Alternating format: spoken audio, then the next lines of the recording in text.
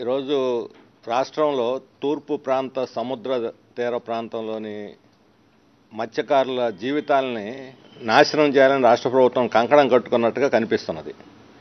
954 కిలోమీటర్ల తీర ప్రాంతం మన ఆంధ్రప్రదేశ్ రాష్ట్రానికి ఉన్నటువంటి ఒక అతి పెద్ద అడ్వాంటేజ్, ఒక సానుకూలమైనటువంటి అంశం. అత్యధిక మందికి ఉపాధి కల్పించడానికి కానీ లేదా అభివృద్ధి చేసుకోవటానికి అవకాశం ఉన్నటువంటి ప్రాంతం. ఇలాంటి సముద్ర తీర ప్రాంతంలో వేలాది మంది మత్స్యకారులు జీవిస్తున్నారు. అటు విశాఖపట్నం నుంచి ఇక్కడ నెల్లూరు జిల్లా తడ వరకు అనేక గ్రామాలు, మత్స్యకార గ్రామాలు, పల్లెకారులు అంటాం మనం, లేకపోతే రకరకాలైనటువంటి అగ్నికుల క్షత్రియులు, వీళ్ళందరూ కూడా ప్రతిరోజు సముద్రంలో పోయి బోటు వేట ద్వారా చేపలను పట్టుకొచ్చి అమ్ముకొని బతికేటువంటి వాళ్ళు. అటువంటి వాళ్ళ జీవితం మీద ఈరోజు పెద్ద దెబ్బ రాష్ట్ర ప్రభుత్వం అభివృద్ధి పేరుతో వాళ్ళ జీవితాల మీద దెబ్బ వేస్తున్నది. ఇప్పుడు చాలా ప్రాంతాల్లో ఇప్పటికే బోట్లుకి షికారు అంటే వేటకు పోతున్న చేపలు పట్టడం లేదు. లోపలికి పోవాలంటే పెద్ద బోట్లు కావాలి. పెద్ద బోట్లు 5 కిలోమీటర్ల లోపల వాళ్ళు చేపలు పట్టడానికి లేదు, అయినా పడుతున్నారు పెద్ద బోట్లు, మరబోట్లు. వీళ్ళకేమో చిన్న బోట్ల వాళ్ళకి 5 కిలోమీటర్ల లోపల వాళ్ళు పట్టడం లేదు. కారణం ఏంటంటే పొల్యూషన్. ఈరోజు అనేక చోట్ల, ఇప్పుడు మనకి అనకాపల్లి జిల్లా ఉప్పాడ రాజయ్యపేటలో, అక్కడ మొత్తం ఆ తీర ప్రాంతంలో ఈరోజు కెమికల్స్ ఫ్యాక్టరీలు, ఫార్మా ఫ్యాక్టరీలు, వీటి వల్ల విపరీతమైనటువంటి పొల్యూషన్. అసలు మంచినీళ్ళు తాగటానికి మంచినీళ్ళు కూడా కరువు అయినటువంటి పరిస్థితి. దాడి అని ఒక గ్రామం చుట్టూ విషపూరితమైనటువంటి కెమికల్ ఫ్యాక్టరీలు ఉన్నాయి. ఆ ఊరోళ్ళు మేము బతకలేము, ఇక్కడే సస్తామని చెప్పని అంటున్నారు.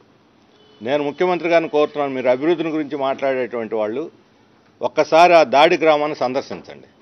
మీకు అర్థమవుతుంది ఎంత ప్రమాదకరమైన పరిస్థితిలో ప్రజలు ఉన్నారో అర్థమవుతుంది.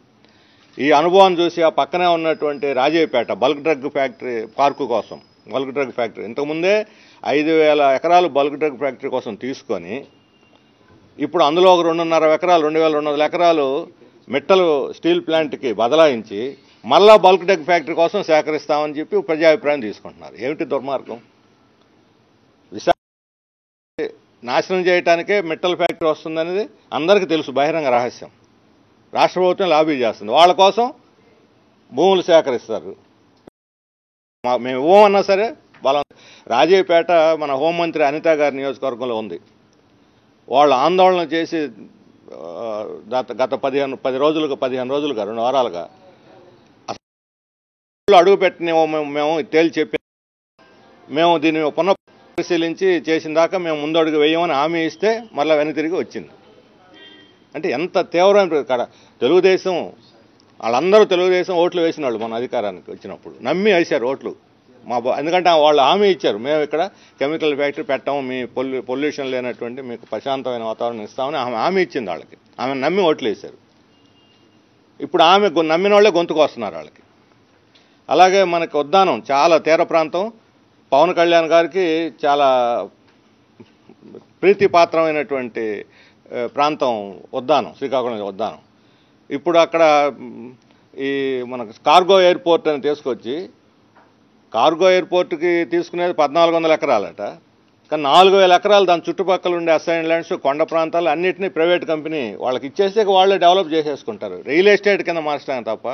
పక్కనే భోగాపురం ఎయిర్పోర్ట్ ఉంది, తొందరలో ప్రారంభించబోతున్నారు.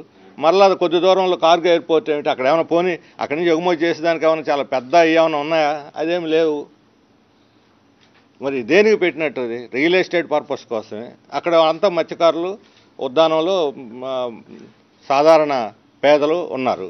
కిడ్నీ వ్యాధులు బారిన పడిన ప్రఖ్యాతిగాంచినటువంటి ప్రాంతం అది. దాన్ని వాళ్లకు ఆరోగ్యకరంగా ఉద్ధరించాల్సింది పోయి ఇంకా ప్రమాదకరమైన పరిస్థితుల్లోకి నెట్టేస్తా ఉన్నారు. అట్లాగే మనకు ఉప్పాడ పిఠాపురం నియోజకవర్గంలో పవన్ కళ్యాణ్ గారు ఆయన వాళ్ళకి హామీ ఇచ్చి వాళ్ళు ఓట్లు పొంది 1.5 సంవత్సరం అయిందో మర్చిపోయాడు, అసలు వాళ్ళ గురించి జ్ఞాపకమే రాలే. వాళ్ళు మళ్ళీ రోడ్డు మీద పడితే కానీ వాళ్ళకి గుర్తు రాలే, ఆయనకు వాళ్ళు గుర్తు రాలేదు. అంటే మీరు చేసిన వాగ్దానం, మీ నియోజకవర్గంలో మీ సొంత ప్రజలు ఇచ్చిన వాగ్దానాన్ని మీరు మర్చిపోతే ఇక ప్రజలను ఏం ఉద్ధరిస్తారని అడుగుతున్నారు. వాళ్ళు రోడ్డు ఎక్కి మేము తాడోపేడో తేల్చుకునే అసలు అడుగు పెట్టమని అంటే పోయి వాళ్ళకి నెల రోజుల్లో మీకు నేను 100 రోజుల్లో ఏదో ఒక పరిష్కారం కనుగొంటానని చెప్పి అంటున్నాడు. ఏంటి పరిష్కారం? పొల్యూషన్ వస్తుంది, మా ఆరోగ్యాలు దెబ్బతింటే అసలు మేము బతకలేమని వాళ్ళు అంటూ ఉంటే, అంతకుముందు అక్కడ అవన్నీ పెట్టడానికి అక్కడ అదే పక్కనే SEZలో 10,000 ఎకరాలు తీసుకున్నారు. ఇంతవరకు అసలు ఫ్యాక్టరీలో పెట్టలేదు, అభివృద్ధి లేదు. ఇప్పుడు పోర్టు పేరు పెట్టి ప్రైవేట్ కంపెనీకి ఇస్తున్నారు. అంటే ఎవరి కోసం ఇది? అరవిందో కోసం, లేకపోతే దివీస్ కోసం, వాళ్ళని ఉద్ధరించడానికా ఇప్పుడు వీళ్ళని బలి చేసేది, మత్స్యకారులను బలి చేసేది అని చెప్పి అడుగుతా ఉన్నాను.